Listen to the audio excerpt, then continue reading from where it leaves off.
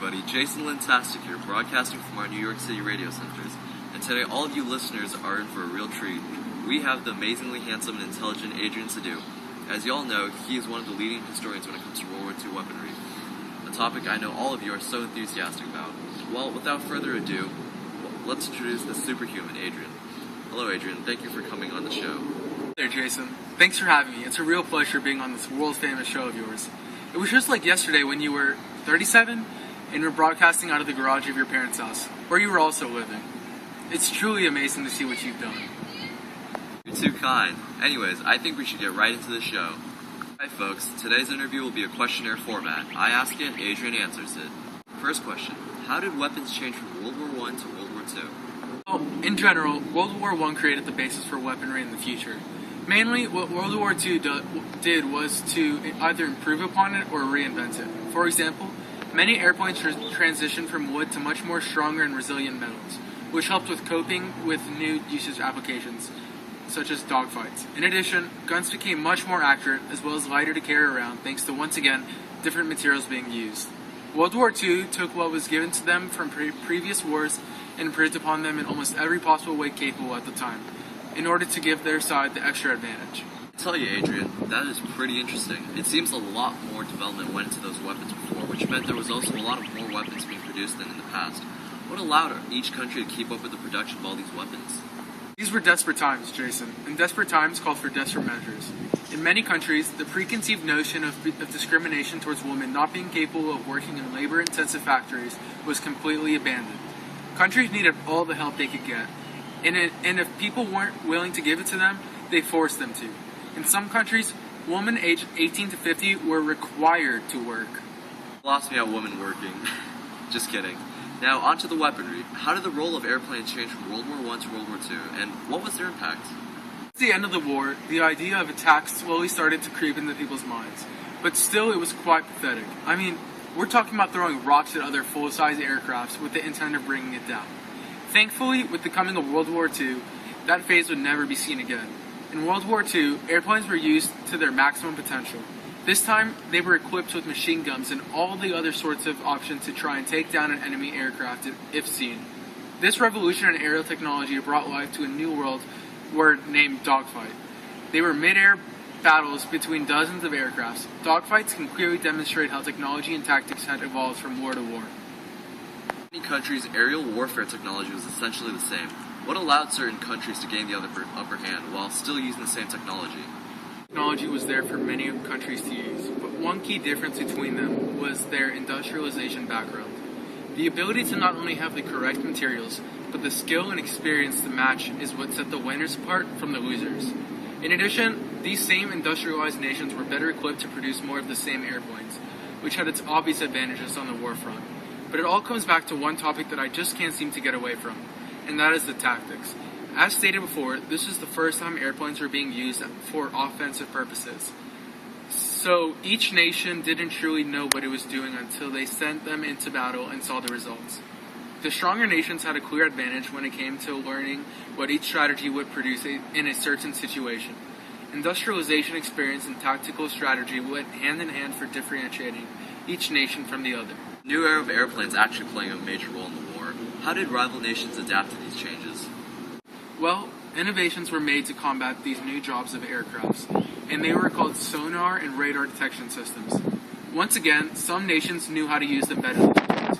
One of the most successful and famous systems was that of the British. It was called the Britain Chain Home System. The invention was a radar system with a range of 185 miles that would alert the British side if there was a group of German planes heading in for an attack. This was one of the most important inventions because it provided instant knowledge of an attack, provided crucial time to prepare to fight back, and sometimes surprise the other side. Pretty advanced stuff. I didn't know it was used this early in time. Anyways, moving on to naval warfare, how did the invention of the aircraft carrier positively impact World War II?